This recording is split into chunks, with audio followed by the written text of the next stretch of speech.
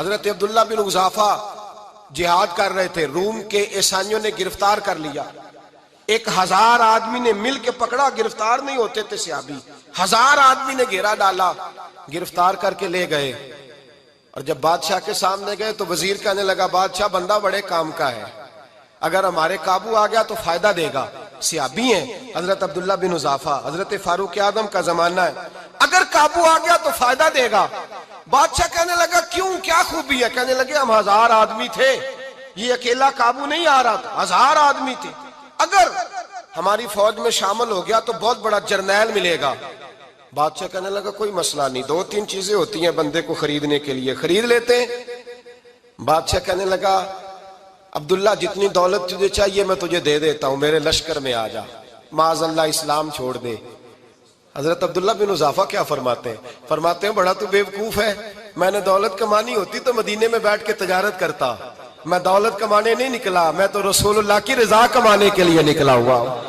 دولت کمانی ہوتی تو کسی مارکیٹ میں ہوتا، میدان میں آنا تھا، شہادت ہے مطلوب مقصود مومن، نہ مال غنیمت نہ کشور کشائی، یہ دولت تو لونڈی ہے رسول اللہ کے دروازے کی، یہ تو پیچھے پیچھے پھرتی ہے نبی پاک کے غلاموں کی، یہ کمانی ہوتی تو میں کسی مارکیٹ میں ہوتا، میدان میں تھوڑا ہوتا۔ عبداللہ بن حذافہ سے ایک دوسری چال چلی، کہنے لگے میاں عہدہ جو تجھے چاہیے، میں بادشاہ ہوں، میرے نیچے جو عہدہ تو کہے گا وہ تجھے مل جائے گا۔ حضرت عبداللہ بن حذافہ کہنے لگے شاید تجھے پتہ نہیں میری تعریف کیا ہے، شاید تو جانتا نہیں میری تعریف کیا ہے۔ کہا صاحب کی کیا تعریف ہے؟ کہنے لگے میں رسول اللہ کا صحابی ہوں، اور کائنات میں سب سے بڑا عہدہ مصطفیٰ کے صحابی ہونے کا عہدہ ہے۔ صحابہ وہ صحابہ تھے جن کی ہر صبح عید ہوتی تھی، خدا کا قرب حاصل تھا، نبی کی دید ہوتی تھی۔ فرمایا میں نے حضور کے جلوے دیکھے ہوئے ہیں، مجھے عہدے کی ضرورت ہی نہیں، اور میں نے عہدہ لینا ہوتا تو میں سیاست کرتا، میں تو شہادت لینے نکلا ہوں میدان میں، عہدے کا میں نے کیا کرنا ہے؟ اب بادشاہ کہنے لگا اسے قتل کر دو۔ وزیر کہنے لگا نہیں، ایک بات اور ہے، مجھے ایک چال اور چلنے دو۔ کہا وہ کیا؟ کہنے لگے میری بیٹی بڑی خوبصورت ہے، مجھے موقع دو، اپنی ہی بیٹی کو سجا بنا کے، وہ جوان جس کی جوانی اتنی بڑی ہے کہ 1000 آدمی مقابلے میں کھڑا نہیں ہوتا، اس جوان کے کمرے میں رات کی تنہائی میں بنا سوار کے بی بی کو بھیجا۔ وہ بی بی کہتی ہے میں ساری رات بن سور کے اس صحابی کے کمرے میں بیٹھی رہی، لیکن یہ کیا شخص تھا، ساری رات ہی مصلے پہ بیٹھا رہا، ساری رات ہی، کچھ دیر تھک جاتا تو یہ کریم رسول پہ درود پڑھنا شروع کر دیتا۔ بی بی کہتی ہے سحری ہو گئی تو میں نے چھو کے دیکھا کہ انسان ہے کہ جن ہے، یہ بندہ ہے کہ فرشتہ ہے، چھو کے دیکھا۔ کہنے لگے پیچھے ہٹ جا، میں نے کہا میں نے تو سنا تھا تو 1000 کے مقابلے میں ہے، اور تو اتنا بے حس ہے کہ بنی سوری دلہن بیٹھی ہے، تو نے نظر نہیں کی؟ عبداللہ بن حذافہ، بی بی کہتی ہے نظر پھر نہیں اٹھائی، نظر پھر جھکی ہوئی ہے۔ کہنے لگے بی بی میں مجبور ہوں، اب میرے اوپر کوئی حسن نہیں چلتا، میں نے جلوہ والضحیٰ کا دیدار کیا ہوا ہے، اب میری نگاہوں میں جچتا نہیں کوئی، اس لیے کہ جیسے میرے سرکار ہے ایسا نہیں کوئی۔ کہا بی بی اب نہیں کسی کا میرے اوپر جادو چلتا، میں نے مصطفیٰ کو، اور کہا ذرا پیچھے ہٹ کے بیٹھ، مجھے میرے رسول نے غیر محرم سے بچنے کا حکم دیا ہے، ذرا پیچھے ہٹ کے بیٹھ۔ سحری کا وقت تھا، وہ بی بی کہتی ہے اس نوجوان کے جملے میرا سینہ چیر گئے، کلیجہ پھٹ گیا، چیخ نکلی، میں کفر کے عالم میں روئی۔ میں نے کہا مجھے بتا تو صحیح، آخر یہ جذبہ کہاں سے ملتا ہے، آخر یہ روشنی تو میں نے دیکھی نہیں، کہاں سے آتی ہے؟ ایک میرا باپ ہے جو بنا سور کے مجھے تیرے کمرے میں چھوڑ گیا، بتلا یہ کہاں سے کیف آتے ہیں؟ تو عبداللہ بن حذافہ کہنے لگے اگر کیف لینا ہے تو بھی میرے مصطفیٰ کا کلمہ پڑھ جا، آجا دروازہ رسول پہ جھک جا، مل جائے گا۔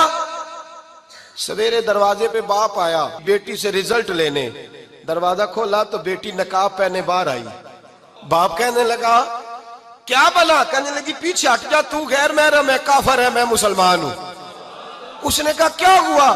کہنے لگی تیرے جیسے کو باپ کہوں، تیرے جیسے کو جو مجھے استعمال کر رہا تھا، میں تجھے باپ نہیں مانتی، میں اب رسول والی ہو گئی ہوں، میں حضرت فاطمہ کی کنیزہ ہو گئی ہوں، میں اب نبی کریم کی خادمہ ہوں، خبردار میرے قریب نہ آنا۔ یہ دعوی بھی ناکام ہوا۔ اب حضرت عبداللہ بن حذافہ کے سامنے موت کھڑی کی، ایک کڑا میں تیل گرم کیا، کہنے لگے تجھے اس میں جلایا جائے گا۔ حضرت عبداللہ بن حذافہ رضی اللہ تعالیٰ عنہ جب جلنے کے قریب ہوئے تو رونے لگے۔ روم کا بادشاہ کہنے لگا شاید ڈر گیا ہے، کہنے لگے اب سمجھ آئی ہے، اب تجھے پتا چلا ہے، چل آ جا۔ حضرت عبداللہ بن حذافہ کہنے لگے تو کافر ہے، تیری کافروں والی سوچ ہے، اس لیے نہیں رویا کہ موت سے ڈر گیا ہوں، میں تو اس لیے رویا ہوں کہ ایک جان ہے، وہ نبی پاک پہ قربان ہو رہی ہے، کاش رب مجھے 1000 جان دیتا، میں ساری مصطفیٰ پہ قربان کر دیتا۔ فاضل بریلوی فرماتے ہیں کروں تیرے نام پہ جاں فدا، نہ بس ایک جاں 2 جہاں فدا، اور میرا 2 جہاں سے بھی نہیں جی بھرا، میں کروں کیا کہ کروڑوں جہاں نہیں۔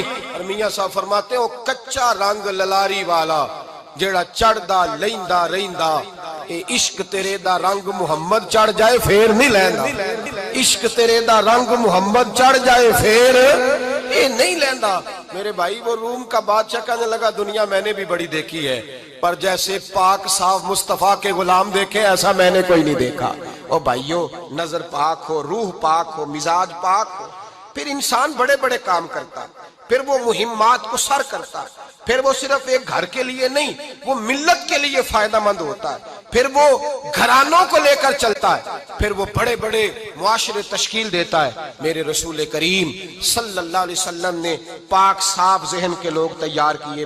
حضرت مرثد فرماتے ہیں میں ایک عورت پہ عاشق تھا، جب کلمہ پڑھا نبی پاک نے میری پشت پہ ہاتھ پھیرا، میں نے کہا حضور کوئی نصیحت؟ نبی پاک نے فرمایا نظر کو پاک رکھنا۔ آپ فرماتے ہیں عورتیں میرے پیچھے بھاگا کرتی تھیں اور مجھے کہا کرتی تھی اب تو دیکھتا کیوں نہیں؟ تو میں نے کہا پتا مجھے بھی نہیں، مصطفیٰ کی ایک نظر ہوئی ہے، رب نے سارے محل کو چہل دور فرما دیے، سارا کچھ ہی بدل گیا۔ ملت کے جوانوں یاد رکھو اس بات کو، یہ پاکیزگی، یہ نظر، یہ پاکیزگی، یہ مزاج، یہ انسان سے بڑے کام کرا لیتی ہے، اور اگر تیری نظر ناپاک رہتی ہے پھر تو کچھ نہیں کر سکتا، پھر تیری زندگی ایک ایسے قید خانے میں قید ہو گئی ہے جو تجھے 2 قدم بھی نہیں چلنے دے گی۔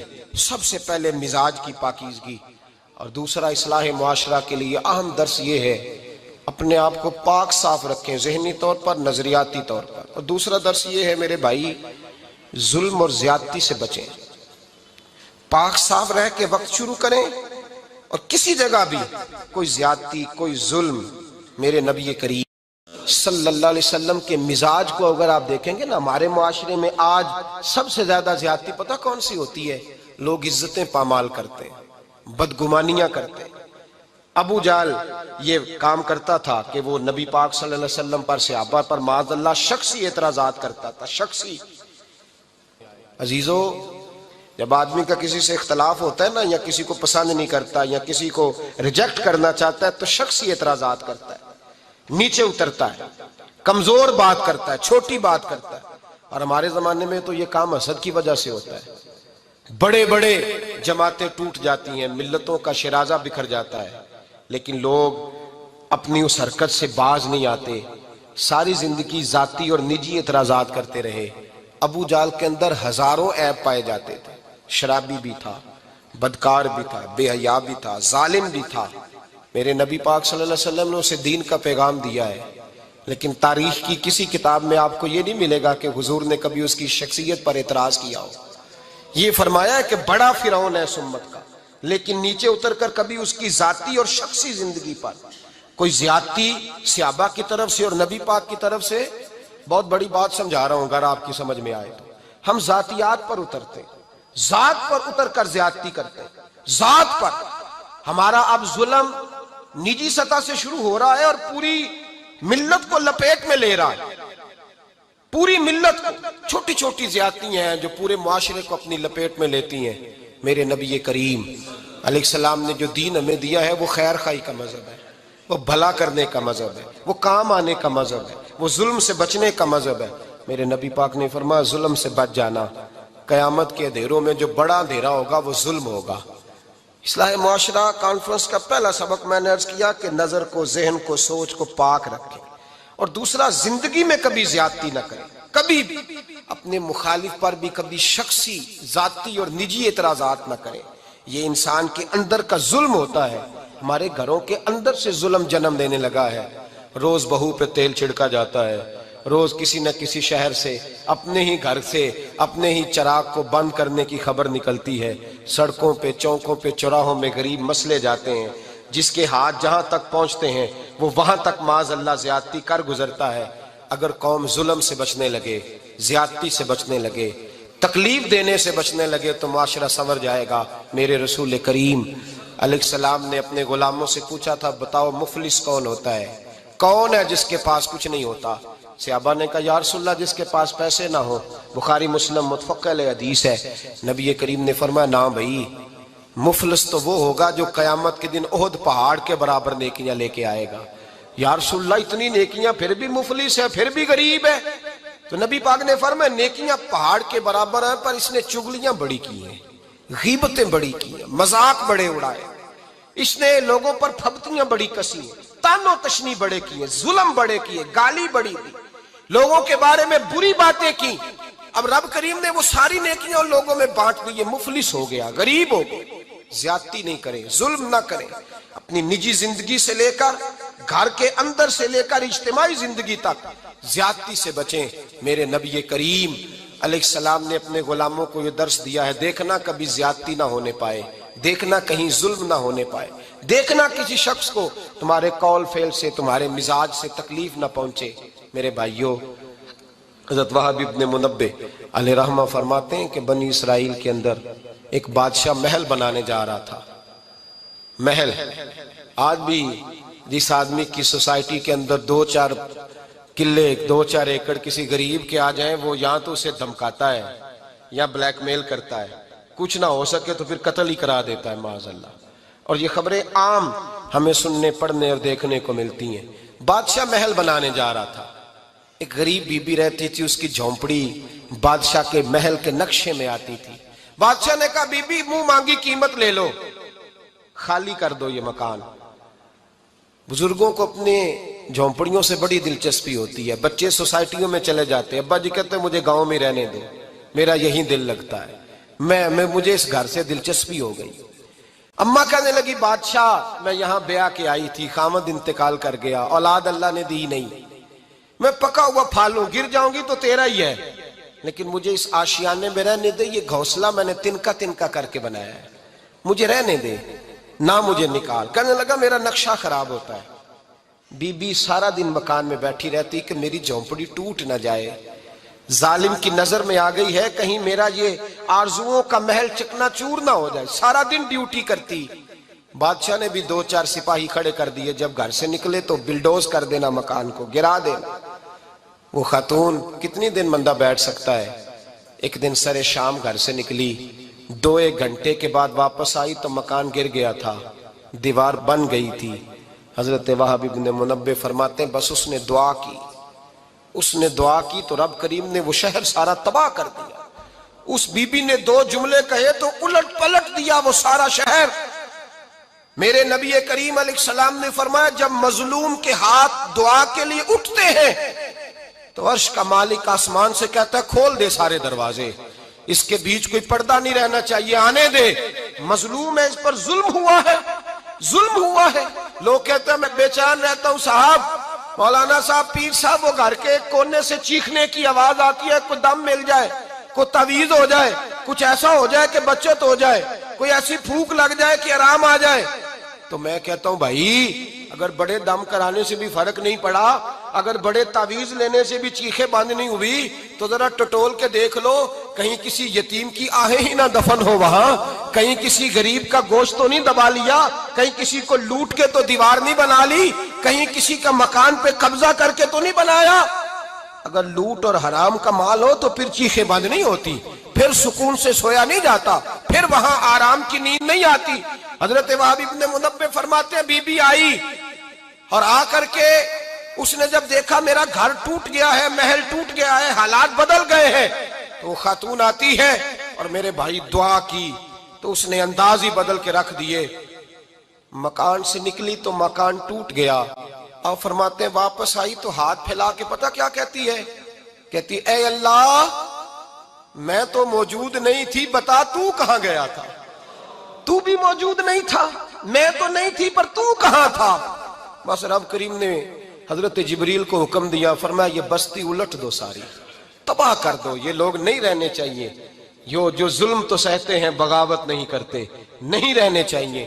صاحب طبقات کہتے ہیں میرے مصطفیٰ کریم سید عالم صلی اللہ علیہ وسلم کے وصال ظاہری کے ایام قریب آئے تو حضور نے سرخ پٹی باندھی، تیز بخار ہے نبی کریم کو، 2 صحابہ سہارا دے کے مسجد میں لائے، نبی پاک علیہ السلام کو بظاہر سہارا دے کے لایا گیا۔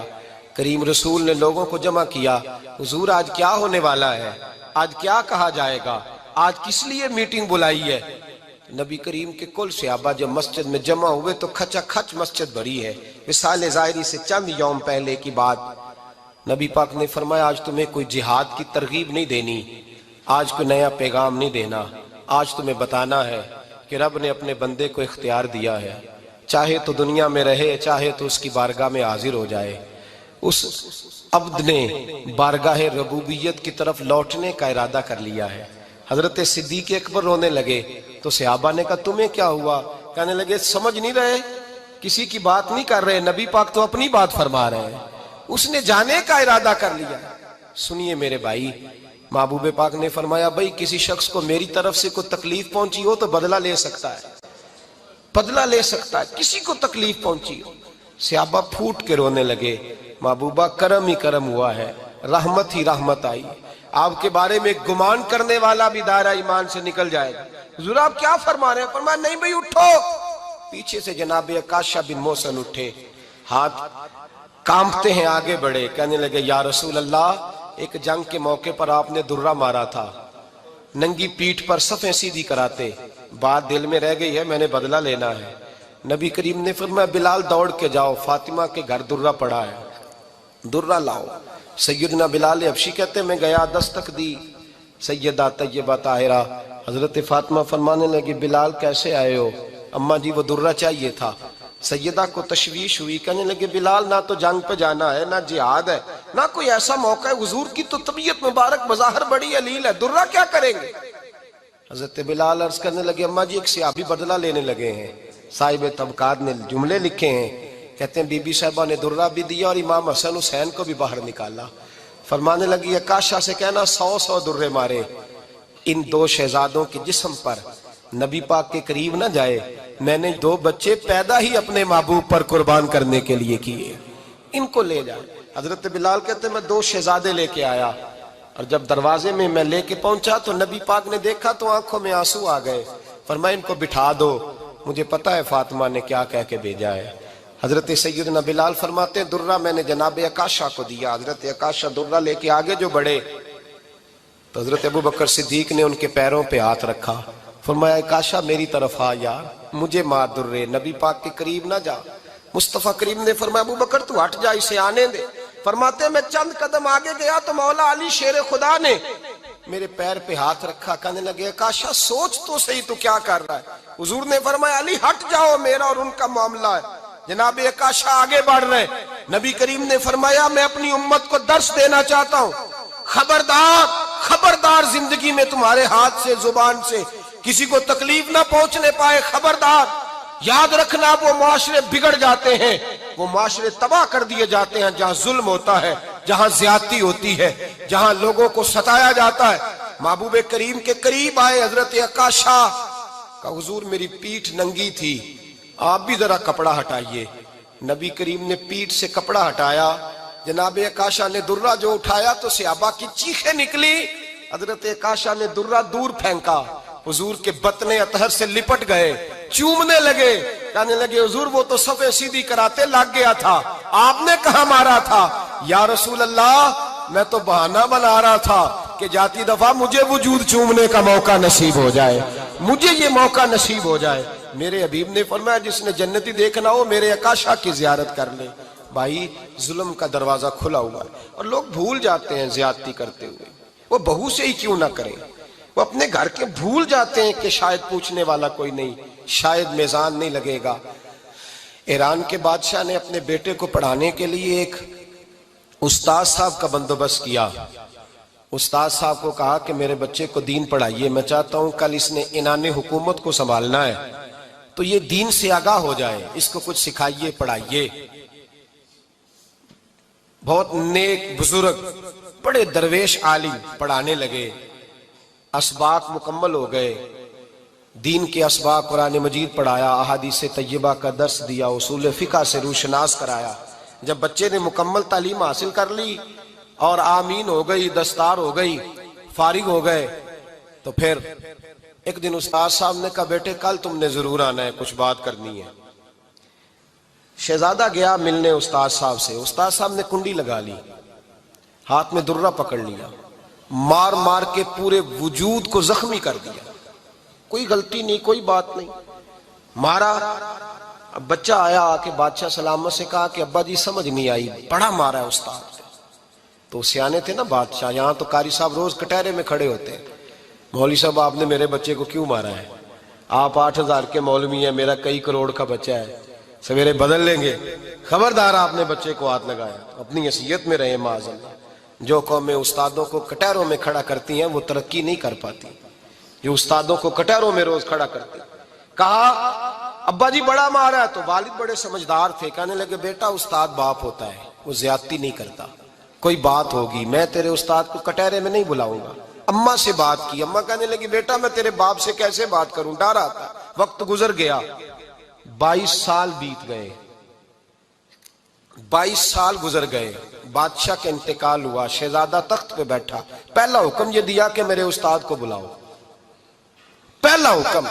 استاد جی بوڑھے ہو گئے تھے، چھڑی کے اوپر ٹیک لگا کے آئے اور بھویں سفید ہو کے جھک گئی تھیں، یوں آنکھ کھول کے بڑی مشکل سے دیکھا، کہنے لگے شہزادے حکم ہو۔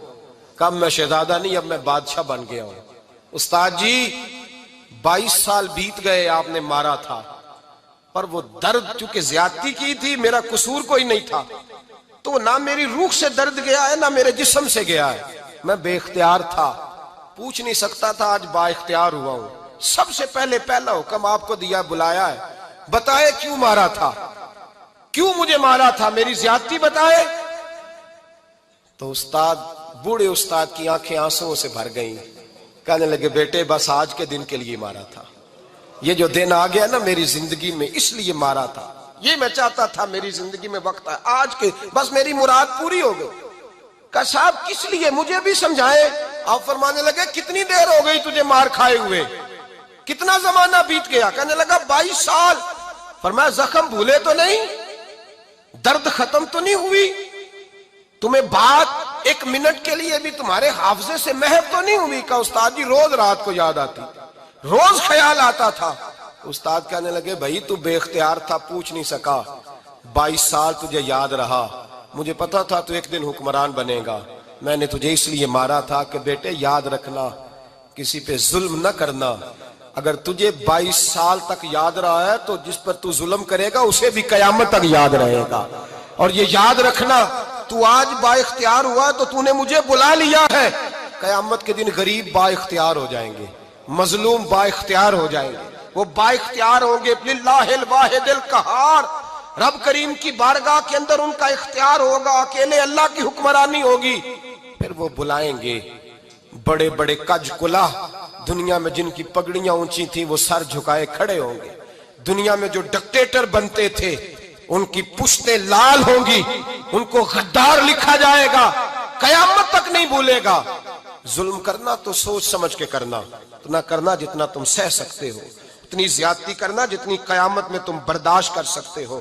میرے نبی کریم صلی اللہ علیہ وسلم نے فرمایا ظلم سے بچو، یہ قیامت کے اندھیروں میں سے ایک اندھیرا ہوگا، زندگی میں زیادتی نہ کریں، اگر تھوڑی دیر کے لیے کوئی چیز برداشت کر جائیں گے تو وہ فائدہ دے جائے گی، کچھ دیر کے لیے اگر سہ جائیں گے تو نفع مل جائے گا۔ شہر میں بلند ہونا کامیابی کی علامت سمجھنے لگے، اس کا نقصان یہ ہے کہ معاشرے میں دو چیزیں روز بروز بڑھتی چلی جا رہی، ایک ہے بے حیائی، فحاشی، عریانی، روز ایک نیا دروازہ کھلتا ہے، اس کا روز نیا دروازہ کھلتا ہے۔ اب تو ایک نیا لیبل لگ گیا ہے کہ سارا سال گانا باجا کرو، معاذ اللہ جو تمہارے من کی مرضی ہو وہ کرو، اور جب رمضان آئے تو کچھ چند پرچوں پہ حدیثیں لکھ کے ٹی وی پہ بیٹھ جاؤ اور لوگوں کو بتاؤ کہ اسلام شاید وہ والا مذہب ہے جو کہتا ہے سارا سال مرضی کرے، رمضان آئے تو حدیث پڑھنی شروع کر دے، اور یکم رمضان سے 29 تک دوپٹہ سر پہ رکھو اور جب عید والا دن آئے تو اتار دو۔ ہمارا یہ دعویٰ نہیں ہے کہ دین کا کوئی ٹھیکیدار ہے، ہم کہتے ہیں ضرور دین سکھائے، ہر آدمی کو اپنا حصہ ملانا چاہیے۔ تنے تنہا کوئی آدمی کوئی جماعت دین کا کام نہیں کر سکتی، لیکن دینداری صرف رمضان میں نہیں ہوتی، دینداری سارا سال ہوتی ہے۔ اب لوگوں نے دین کو جزوی طور پہ لینا شروع کر لیا ہے، کلی طور پہ لوگ دین کو نہیں اپناتے۔ شادی کے پروگرام منگنی سے لے کر بارات کے بیٹھنے تک سارے کام غیر شرعی ہوتے ہیں، مرد عورت کا اختلاط ہوتا ہے۔ سب سے بری رسم وہ ہے کہ جب جوان لڑکیاں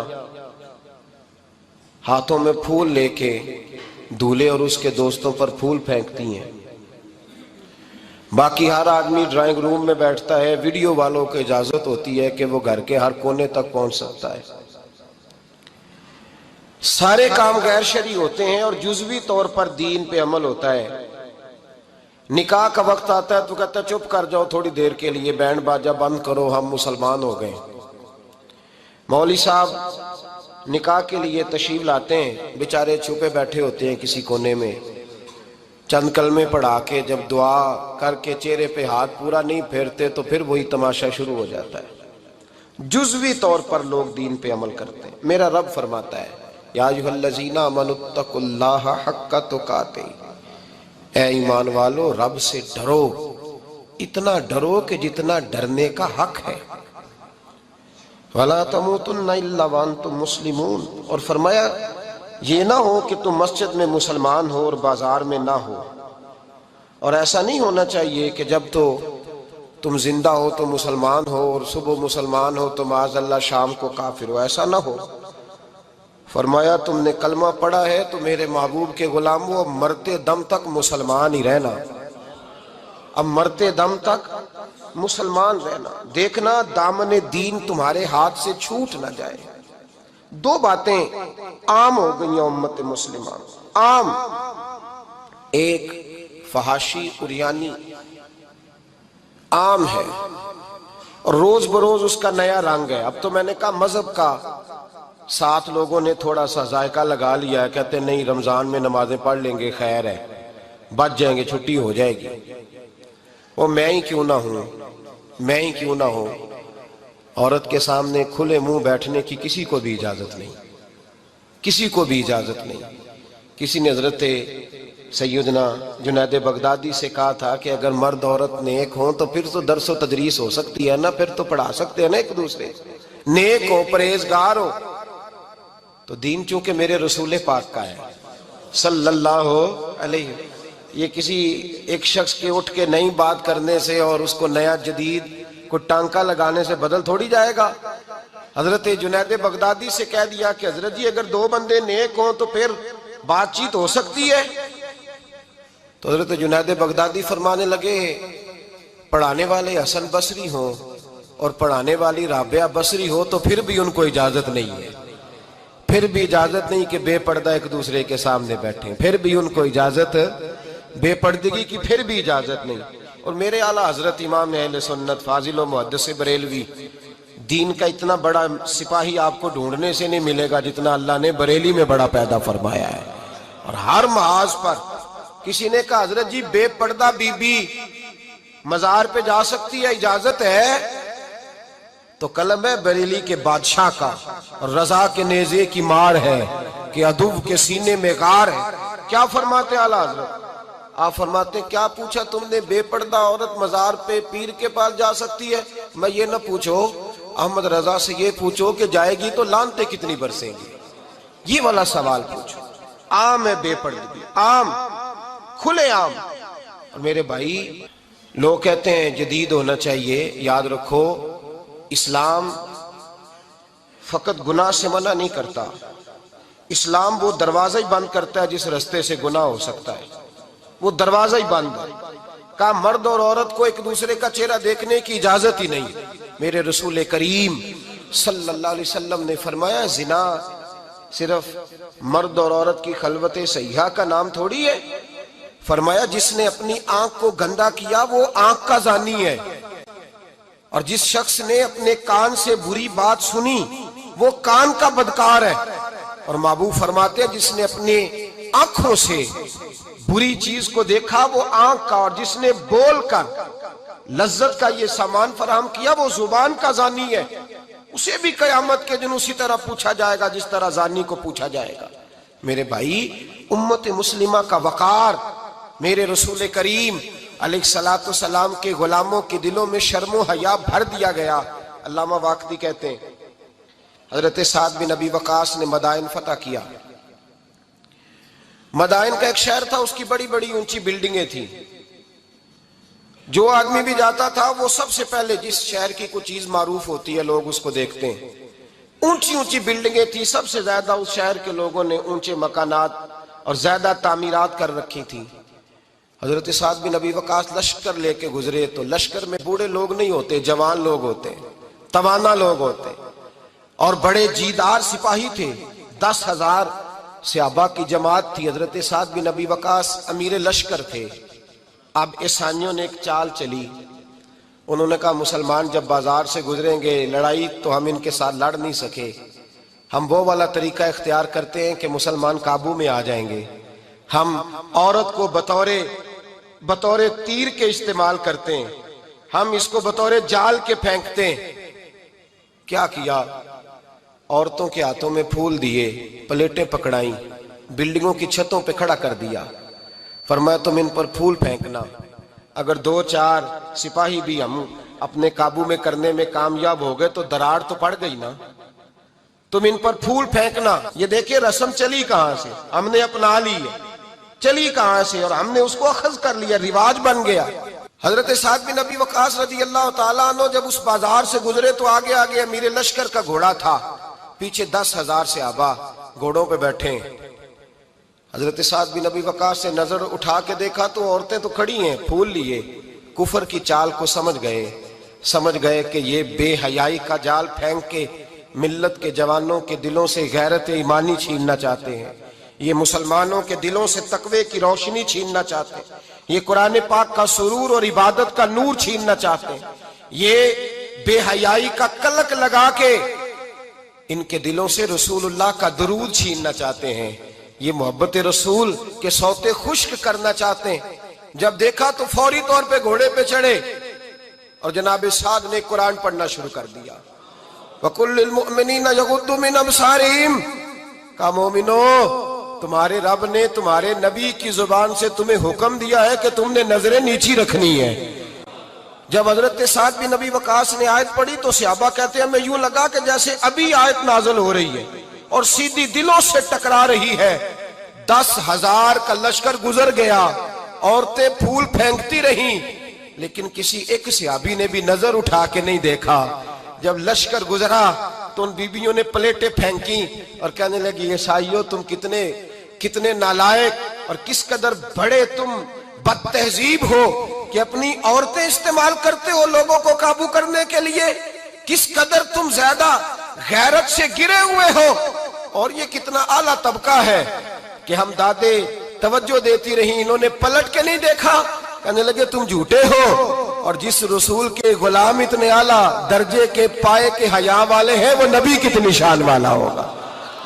بیبیوں نے کلمہ پڑھنا شروع کر دیا۔ بھائی یاد رکھیں یہ جو آج جگہ جگہ مسلمانوں کے خلاف کفر کی سازش ہے، میری ملت کا جوان روز رات کو 10 میسج ٹائپ کرتا ہے، یہ روز رات کو 20 نمبر اپنے موبائل پہ رکھتا ہے اور فخر کے ساتھ بیان کرتا ہے، اور بڑی تکلیف کے ساتھ بات کہنی پڑتی ہے کہ اس کے ابا جی کو بھی پتا ہے کہ بچے کے موبائل میں نمبر ہیں، اس کے گھر والوں کو بھی پتا ہے، اور لوگ ہیں کہ اس کو ایک شغل سمجھ کے، ایک چھوٹا سا بچے کا شوق سمجھ کے اس کو درگزر کر رہے ہیں۔